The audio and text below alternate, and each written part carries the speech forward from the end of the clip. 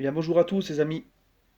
J'aimerais faire une vidéo spéciale. C'était important pour moi d'en parler par rapport à ma petite notoriété sur ma chaîne YouTube.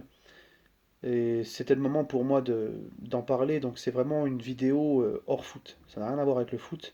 C'est plus par rapport à ce qui se passe en France. Donc, j'en vois déjà venir dans les commentaires me dire qu'ils s'en foutent, qu'il faut que je parle foot, que machin. Donc, encore une fois, je vous force pas à regarder cette vidéo-là. Donc, si ça vous intéresse pas le sujet, c'est pas du tout du foot. Donc, vous pouvez ne pas regarder. Voilà.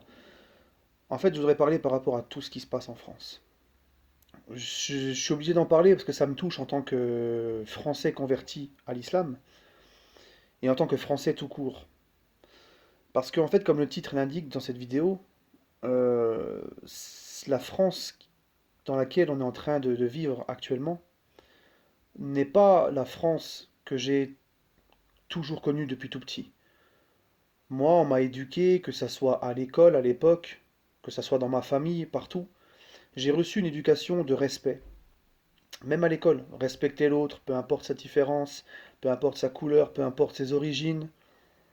Et j'ai grandi au quartier, je sais que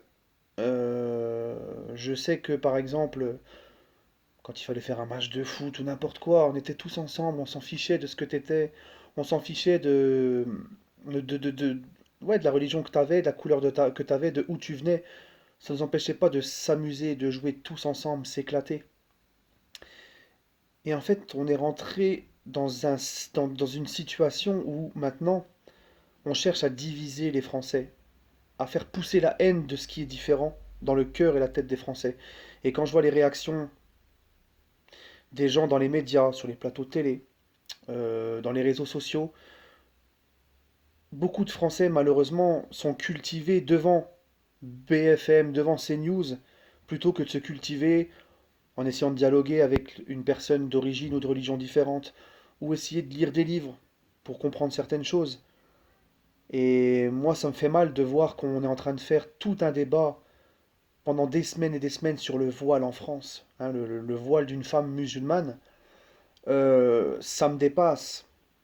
Parce que tout simplement, les amis, nous sommes dans une France qui est devenue, et ça, faut que beaucoup se le mettent dans la tête, on est devenu un pays multiculturel. Nous ne sommes plus à l'époque des croisades avec les rois de France, où, par exemple, s'il y en avait un qui choisissait d'être protestant plutôt que catholique, on le pendait haut et court devant tout le monde, ou on le crucifiait. Hein. Là, j'ai l'impression que des fois, on est revenu à cette époque-là. T'as pas le droit d'être différent de ce que nous voulons. Hein. Il y en a même qui nous sortent dans les médias que, au nom de la liberté de la femme, une femme ne doit absolument pas porter un voile car c'est une atteinte à sa liberté et que les femmes se sont battues pour leur liberté. Mais j'ai envie de dire, les amis, c'est aussi la liberté d'une femme de choisir la religion qu'elle veut, de porter un voile si elle veut porter un voile, tout comme c'est sa liberté d'être une athée, une catholique, une protestante, une juive, une bouddhiste, et de s'habiller en talons, en jupe, en jean, mettre une culotte, mettre un string, se maquiller, se parfumer, avoir les cheveux courts, les cheveux longs, les cheveux blonds, les cheveux roux, faire des teintures comme elle veut. Donc en fait, la liberté de la femme, en France, on veut la conditionner. Tu es une femme libre, mais il faut que ça rentre dans les normes de ce que nous, on pense. On veut conditionner et limiter la liberté, alors que la liberté d'une femme, ça s'arrête, en fin de compte, à la vie qu'elle souhaite mener et à comment elle veut s'habiller. Du moment qu'elle embête personne, du moment qu'elle insulte personne, qu'elle menace personne, où est le problème? Qu'est-ce que les femmes voilées vous ont fait? Qu'est-ce qu'elles vous ont fait? Pourquoi elles vous dérangent? Elles vous ont fait quoi, les amis? On va me dire, on est en France. Mais nous sommes un pays devenu multiculturel. Et pour le savoir-vivre en France dans un pays multiculturel, c'est de s'accepter les uns les autres, peu importe notre religion, notre couleur de peau, par rapport, peu importe ta coupe de cheveux, peu importe ce que tu portes. Moi, je sors des fois avec ma casquette, un bonnet. Si une femme veut sortir avec un voile, il y a peut-être même des mamies catholiques qui sortent encore avec un petit voile. Il y a les bonnes sœurs qui sortent aussi avec leur voile. Alors on me dit aussi, ouais, mais les bonnes sœurs, elles sont éloignées de la société. C'est faux. Elles vont dans des couvents, mais c'est comme si le couvent était leur maison, en fait. Parce que des bonnes sœurs, moi j'en croise tous les jours, les amis. J'en croise aux arrêts de bus, dans les grandes surfaces, t'en vois dans les hôpitaux, dans des crèches, dans des écoles. Elles sont avec nous, elles vivent avec nous, mais elles sont dans un couvent, en communauté. Mais c'est comme si, en fait, elles rentraient chez elles quand elles rentraient au couvent. Tout comme une femme musulmane voilée va rentrer chez elle dans son foyer. Voilà, tout simplement. Mais elles ne sont pas coupées, isolées de la société, elles ne vivent pas dans des montagnes, elles ne voient personne. Ça, c'est faux. Il faut arrêter de nous vendre ça, les amis. Hein? Et moi, eh ben, ça me dérange pas du tout de voir une femme chrétienne avec un voile. Ça me dérange pas du tout de voir un juif avec une kippa. D'accord? Moi, je suis musulman, les amis. Et je vais vous donner un exemple, puisque tout le monde a ce cliché de t'es musulman, donc forcément tu détestes le juif, ou le juif déteste le musulman. Hein? Moi, une fois, quand je travaillais dans un snack avec un ami à moi, on a vu une voiture, un Opel Zafira, freiner et le coffre pardon, de l'Opel Zafira, qui devait être certainement mal fermé, s'est ouvert. Les cabas de course de la personne sont tombés au milieu de la route. Hein. Avec mon ami, on y a été. C'était un rabbin. Hein, il avait son, vous savez, le chapeau que mettent les juifs, le costard, la barbe. C'était un rabbin. D'apparence, c'était un rabbin. On a été lui ramasser ses courses. Il nous a serré la main, il nous a dit merci. Voilà, tout simplement.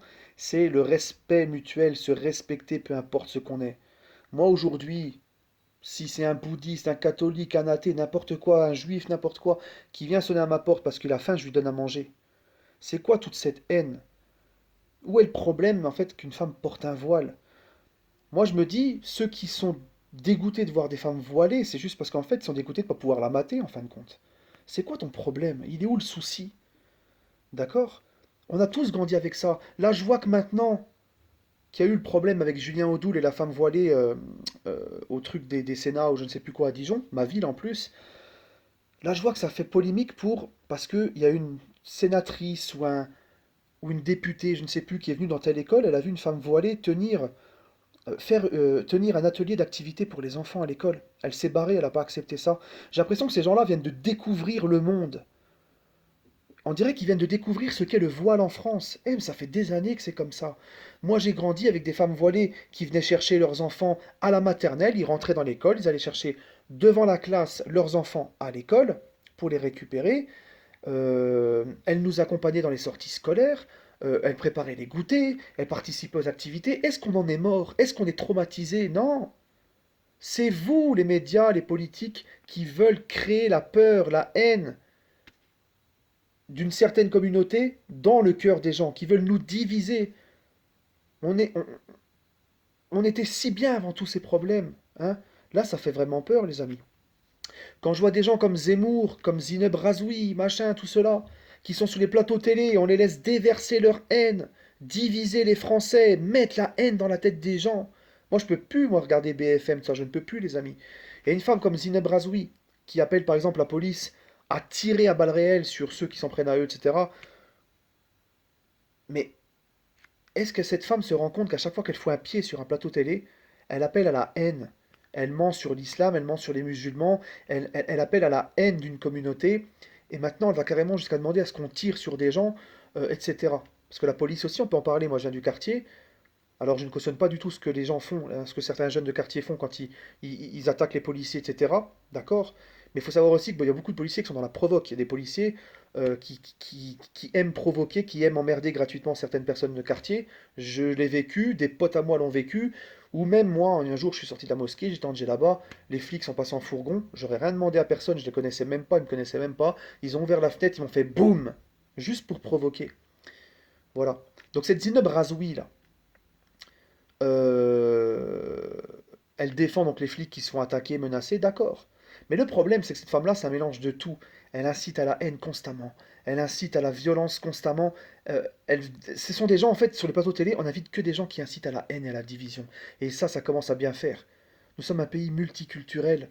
On a besoin d'un discours plus modéré, dans le sens inverse, où il faut s'accepter. C'est ça, on nous dit la République, la liberté, l'égalité, la fraternité, les droits de l'homme.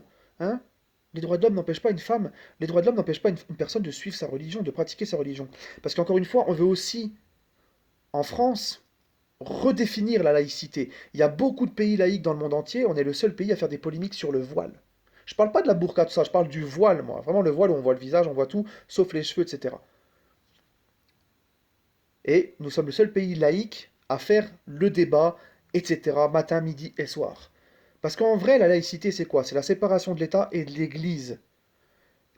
Et c'est ne reconnaître aucune religion, mais de ne pas empêcher une personne de suivre la religion qu'elle veut, tant qu'elle ne fait de mal à personne, tant qu'elle respecte les lois de la République, etc. D'accord? Et moi, ça me sidère de voir cette... En fait, le problème, il faut voir plus loin, c'est que les médias sont malins. On parle de ça pour éviter de parler des vrais problèmes, le chômage, les retraites, les dettes de la France, etc., etc. C'est ça en fait, c'est pour cela qu'on parle que de ça, hein. Donc on endort le français sur un autre sujet et ça passe crème. Il faut toujours que ça tombe, c'est toujours les musulmans, le voile, le voile, le voile. Voilà. Donc moi ça me sidère, c'est pas cette France-là dans laquelle j'ai grandi. La France est un pays multiculturel, il faut que beaucoup le comprennent et commencent à le comprendre. Parce que là, les amis, j'ai bien peur que un jour on va arriver à une guerre civile avec toutes ces conneries-là. Des gens vont péter un plomb, ça va. C'est pourtant pas difficile de s'accepter, de. Je ne sais pas, c'est effrayant en 2019 d'arriver là, surtout dans un pays qui se dit respecter les droits de l'homme, qui se dit liberté, égalité, etc. Hein. Enfin bref, les amis, voilà, je voulais donner mon avis sur ça. Hein. Prenez soin de vous et bonne journée à vous.